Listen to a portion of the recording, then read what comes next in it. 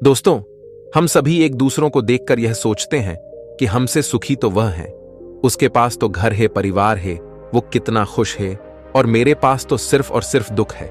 आखिर असल जिंदगी में सुखी कौन है? आइए इसे एक छोटी सी कहानी के माध्यम से समझते हैं। नमस्कार दोस्तों, बोधि थिंक्स पाए यूट्यूब चैनल में आपका दिल से स्वागत है। बहुत समय पहले की बात है। एक बार एक भिखारी गांव में भीख मांगने के लिए जाता है। भिखारी भीख मांगते मांगते एक किसान के दरवाजे पर पहुंचता है। वह भिखारी किसान के घर का दरवाजा खटखटाता है, लेकिन अंदर से कोई आवाज नहीं आती। दरवाजा खुला होने के कारण वह अंदर की ओर झांकता है, यह देखने के लिए कि कोई घर पर है या नहीं। वह देखता है कि किसान और उसका पूरा परिवार एक साथ बैठकर बात कर रहे हैं। बच्चे किसान के साथ लिपटे हुए हैं, खेल रहे हैं। भिखारी को लगा कि शायद किसी ने मेरी बात पर ध्यान नहीं दिया, इसलिए उसने फिर से आवाज लगाई। जब उसने दूसरी बार आवाज लगाई तो किसान की पत्नी ने सुना और उसके बाद कुछ अनाज लेकर घर से बाहर आई और उसे भीख दे दी। उसके बाद वह भिखारी वहां से चला गया और कुछ आगे चलकर वह यह सोचने लगा कि कितना खुशहाल परिवार है, कितने सुखी हैं। ये लोग परिवार में 2 बच्चे हैं और वे बच्चे पिता के साथ खेल रहे हैं। सब कुछ देखकर कितना अच्छा लग रहा था। काश मेरा भी परिवार होता। किसान का परिवार कितना खुश है, और एक मुझे देखो, दिन भर भीख मांगना पड़ता है, फिर घर आकर खुद से खाना बनाना पड़ता है, और मुझे कितनी परेशानी होती है। इसके बाद वह भिखारी अपने रास्ते निकल गया और किसान के परिवार ने खाना खाया। और खाना खाने के बाद किसान अपनी पत्नी को कहने लगा कि घर खर्च के लिए पैसे नहीं हैं, बड़ी परेशानी है। साहूकार से 1000 उधार लेना पड़ेगा, पता नहीं वह देगा या नहीं। किसान की पत्नी ने उसे धैर्य रखने के लिए कहा और बोली, आप जाओ, आपको साहूकार पैसे दे देगा। किसान गांव में एक सेठ के पास गया जिसके पास कपड़े की दुकान थी। वह ब्याज पर लोगों को पैसा देता था। किसान ने सेठ से 1000 मांगे, और जब सेठ किसान को पैसा दे रहा था तो उसने देखा कि वहां पैसों का हिसाब लगा हुआ है। किसान जब वहां से निकला तो वह सोच रहा था कि साहूकार कितना खुश है। मैं कहां 500 या 1000 के लिए घबरा रहा हूं, परेशान हो रहा हूं, और इस सेठ के पास 20,000 30,000 का हिसाब चल रहा है। किसान यह सोचते सोचते घर चला गया। सेठ की गांव में छोटी सी कपड़े की दुकान थी। गांव में कपड़े लाने के लिए उसे शहर जाना पड़ता था। वह शहर के एक बड़े दुकान से कपड़ा लाता था। अगले दिन वह सेठ शहर पहुंचा और वहां जो बड़े दुकान के सेठ जी थे उनसे मुलाकात की और उनसे सेठ से कहा कि कपड़ा खरीदना है। बड़े सेठ के पास उसका एक कर्मचारी संदेश आ रहा था कि 1 लाख का फायदा हो गया, 2 लाख का फायदा हो गया, कोलकाता में माल पहुंच गया है, मुंबई में हो गया। ये सब उसको वहां देखने को मिला। जब गांव का सेठ वहां से निकला तो वह सोचने लगा कि हम अपने आप को इस गांव का सबसे बड़ा सेठ मानकर बैठे हैं और 5,000 10,000 में खेल रहे हैं। यहां तो लाखों का फायदा हो रहा है। ये सोचते सोचते वह सेठ कपड़े लेकर अपने गांव के लिए रवाना हो गया। इसके बाद बड़े सेठ शहर वाला सेठ के पास उनका नौकर आया और बोला, एक उतार आया है मालिक, 7 लाख का घाटा हो गया है। सेठ जी का दिमाग ठनक गया। तभी दूसरा नौकर आया और बोला, आज आपको दावत में जाना है। अपने जो राय बहादुर साहब हैं उनके यहां दावत है। लॉर्ड साहब आने वाले हैं, आप तैयार हो जाइए। हमने मोटर गाड़ी लगा दी है। सेठ जी दुखी मन से तैयार हुए और गाड़ी में बैठ गए, और कुछ देर के बाद सेठ जी राय बहादुर के घर पहुंच गए। वहां दावत सजी हुई थी। बड़े बड़े सेठ आए हुए थे। सेठ जी के लिए तो बैठने तक की जगह नहीं थी। जैसे तैसे इनको कुर्सी मिली। उसके बाद सेठ जी देखने लगे कि कमिश्नर आ रहा है, कलेक्टर आ रहा है, बड़े बड़े अधिकारी साहब आकर मिल रहे हैं। ये सब नजारा देखकर सेठ जी सोचने लगे कि कहां मैं अपने आप को सेठ मान कर बैठा हूं और कितना खुश हो रहा हूं। सबसे ज्यादा तो सुखी ये हैं। इनके पास बड़े बड़े अधिकारी आते हैं, चाय पीते हैं, हाथ मिलाते हैं, जलवा तो इनका है। इसके बाद सेठ जी राय बहादुर से मिले और उन्हें तोहफा दिया, खाना खाया और अपने घर के लिए रवाना हो गए।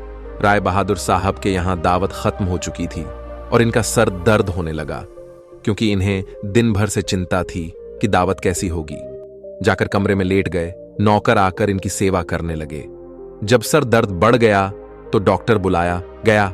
तभी राय बहादुर साहब के पास एक संदेश आया जिससे मालूम चला कि व्यापार में घाटा हो गया है। अब उनका सर दर्द और भी बढ़ गया। राय बहादुर ने अपने नौकरों से कहा, क्या जिंदगी है, बड़े बड़े अधिकारी को चाय पिलानी पड़ती है, पार्टी रखनी पड़ती है, वह सब करते हैं, इसीलिए हमें भी दावत रखनी पड़ती है, वरना कौन इतना सरदर्द मोल ले। तभी उन्होंने देखा कि खिड़की से एक भिखारी जा रहा था जो अपने हाथ में डंडा लेकर गाना गा रहा था। राय बहादुर साहब ने नौकरों से कहा, देखो, जिंदगी में खुश तो ये है, सुखी तो ये है, इसको कोई चिंता नहीं है, ना घाटे की ना फायदे की। यह वही भिखारी था जो किसान को सुखी मानता था, खुश मानता था।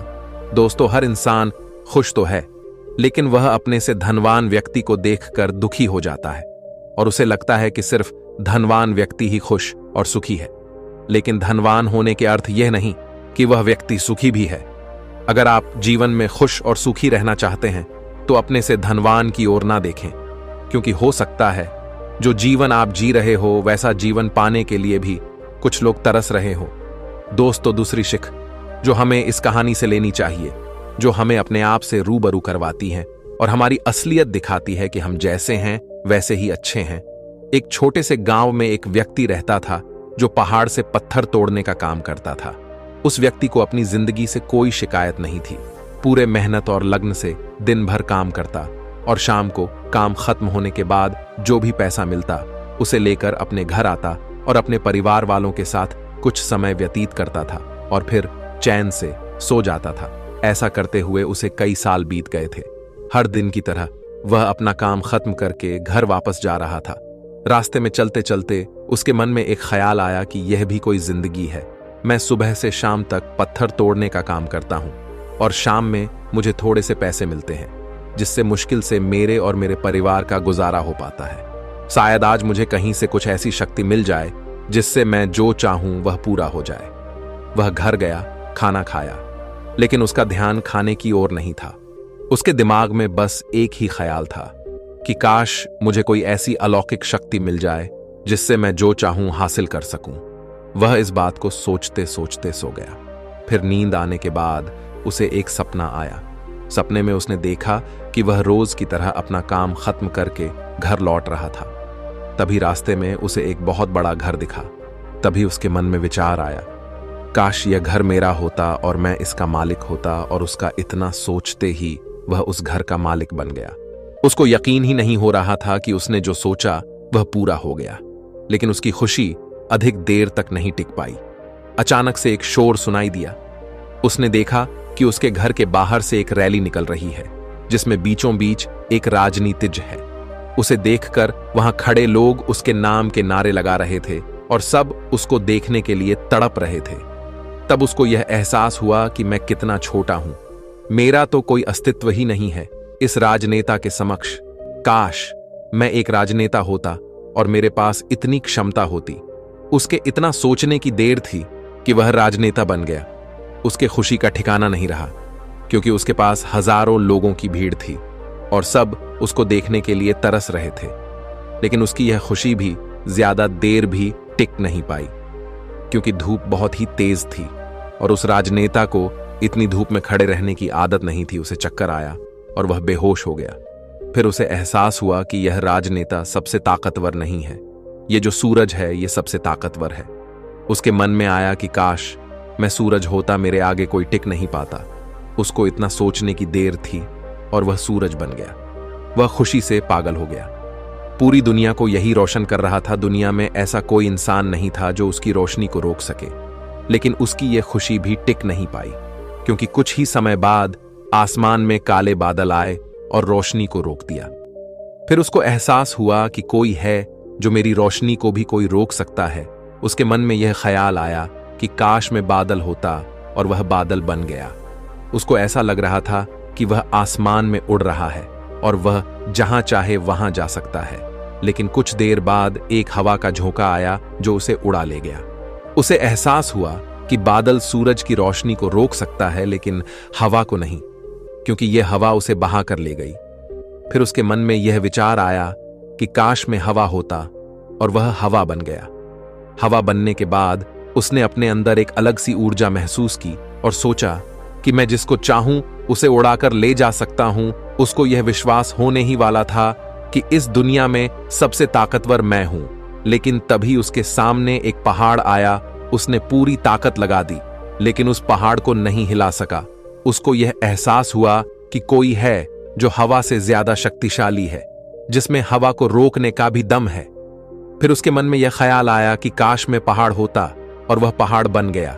लेकिन हर बार की तरह उसकी खुशी ज्यादा देर तक नहीं टिक पाई। एक जानी पहचानी आवाज उसे सुनाई दी, और साथ ही साथ उसको दर्द होने लगा, जैसे कि कोई है जो उसे तोड़ रहा है, मार रहा है। तब वह दर्द से चीखने लगा, और उसके मन में आया, मैं वह बन जाऊं जो पहाड़ को तोड़ने का दम रखता है। लेकिन इस बार उसकी यह ख्वाहिश पूरी नहीं हुई।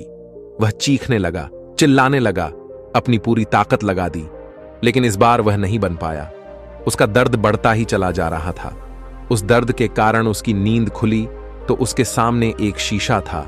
उस शीशे में खुद को देखा तो समझ आया कि मैं वह क्यों नहीं बन पा रहा था जो बनना चाह रहा था, क्योंकि कि असलियत में मैं वही हूं। दोस्तों, किसी से कुछ सीखना अच्छी बात है, लेकिन अपना अस्तित्व को भुलाकर किसी और के अस्तित्व को अपना लेना खुद का एवं साथ ही उस ईश्वर रूपी कारीगर का भी अपमान करना होता है, जिसे आपको सबसे अलग बनाया है। हम भूल जाते हैं कि हम सभी में एक ऐसी खासियत होती है जो हम सबको खास बनती है। बस उसे हमें खुद के अंदर तलाश करना होता है। इसलिए आप जैसे भी हैं, आप अच्छे हैं। आपको किसी के भी जैसा बनने की कोई जरूरत नहीं है। आप जैसे भी हैं, सर्वश्रेष्ठ हैं। अगर आपको कुछ बनना है तो अपने आप को पहचाने, अपनी क्षमताओं को पहचाने और अपना श्रेष्ठ संस्करण बने। और तिच्छरी सीख जो हमें इस कहानी से सीखनी चाहिए, एक गांव में एक राजा था जिसने अपने जीवन काल में कई लड़ाइयां जीती और काफी हद तक अपने साम्राज्य का विस्तार किया था, क्योंकि समय के साथ राजा की सूझबूझ और साहस के कारण साम्राज्य बढ़ता गया। राजा या तो अपने शत्रुओं को परास्त करके वहां अपने साम्राज्य का झंडा गाड़ देता था, या फिर शत्रु स्वयं उसके सामने आत्मसमर्पण कर देता था। साम्राज्य के अंदर भी सुख और शांति का माहौल था। लोग बिना किसी डर के खुशी से रहते थे। इसी तरह उनका जीवन अब 56 वर्ष का हो गया था। राजा बहुत खुशी और धूमधाम के साथ रहता था, लेकिन अब वह वयस्क हो चुका था। उसका एक ही बेटा था जिसकी उम्र सिर्फ 16 साल की थी। राजा जानते थे कि इतने बड़े साम्राज्य पर शासन करने के लिए उम्र से ज्यादा समझदारी और कुछ महत्वपूर्ण बातें मायने रखती हैं। जो इन बातों को अपना लेता है वह इतने बड़े साम्राज्य पर आसानी से शासन कर सकता है। तभी एक दिन राजा ने अपने बेटे को अपने कक्ष में बुलाया और कहा कि सुनो बेटा, ऐसा नहीं होता। इससे कोई फर्क नहीं पड़ता कि आप 16 साल के हैं या 56 साल के। दुनिया आपकी हैसियत के मुताबिक आपकी इज्जत करेगी। हर कोई चाहता है कि लोग उसकी इज्जत करें, उसे मजबूत समझे, लेकिन यह इतना आसान नहीं है। अगर आप चाहते हैं कि लोग आपका सम्मान करें तो सबसे पहले यह याद रखें, कभी भी किसी से आपका खुद का